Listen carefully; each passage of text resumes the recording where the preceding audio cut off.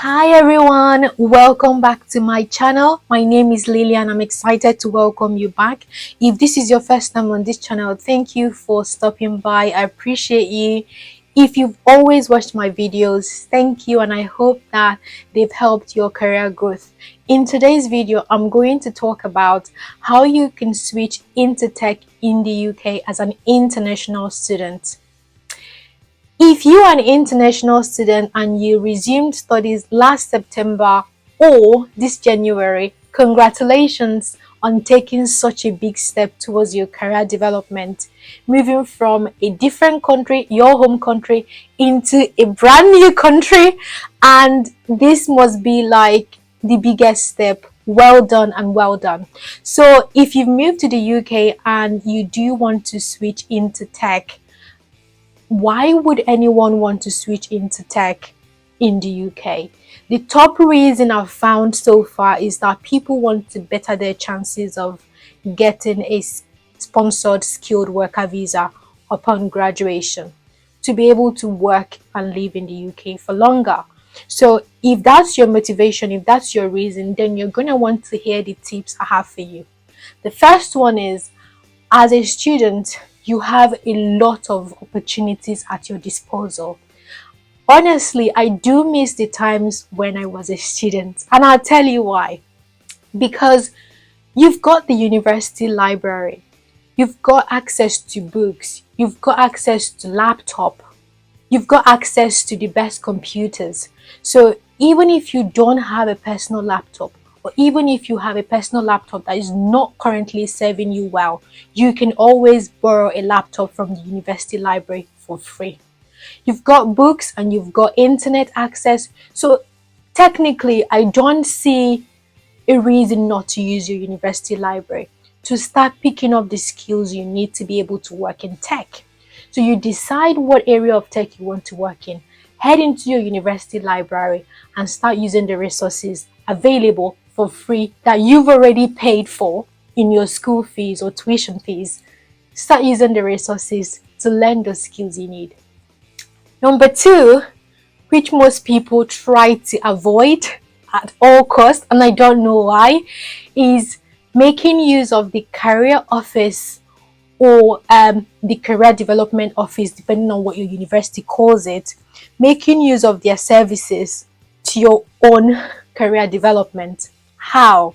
Now, the career office or the career development office at your university has different roles and different ways they can support you and help you through your studies and to getting a job in the industry. One of the ways includes reviewing your CV and making sure your cover letters are up to standard. This is a service that most people offer for a fee, but then they do this for you for free because you already paid for this service as part of your tuition. So why not use this service to polish your CV and make your CV stand out? The third one is making use of career fairs. Attending career fairs, actually showing up and taking it seriously. A lot of big tech companies and small startups within your area will usually attend the university career fair. They understand that most people attending these events are students, so most of your questions they may already have answers to. So attend the career fairs, ask questions, take their contacts and ask them about recruitment. Which brings me to my next tip, which is the fourth tip. Start applying to jobs early. As you're learning with the resources available to you, start applying to jobs. Some people get their jobs 8 months before graduation. That is mind blowing, but that shows you how much people really want to get their future sorted out. So apply to jobs. Some of the graduate roles can take up to 6 months to a year for recruitment. You know, you need to go the first stage, second stage, third stage, assessment center interview. So you need to make sure that you get your applications early. Now, moving on to the next tip about your LinkedIn and about your networking. As a student, I would really urge you to attend networking events. Don't just be a number. Attend networking events Be a part of student communities.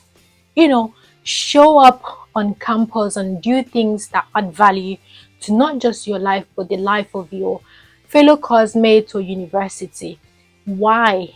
Because these are the things that you may wish to talk about in your interviews.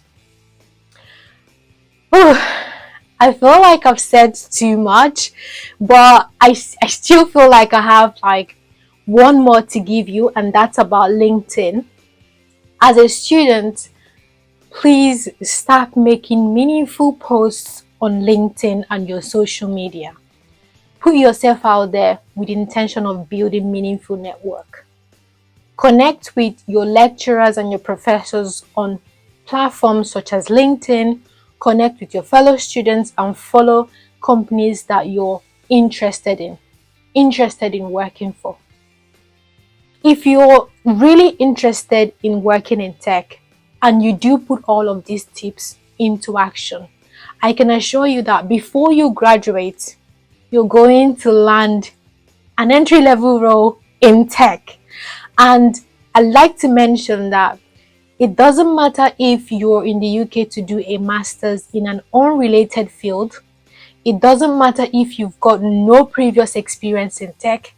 It doesn't matter if this is the first time you're going to a university. Like, all the excuses that we have, it doesn't really count.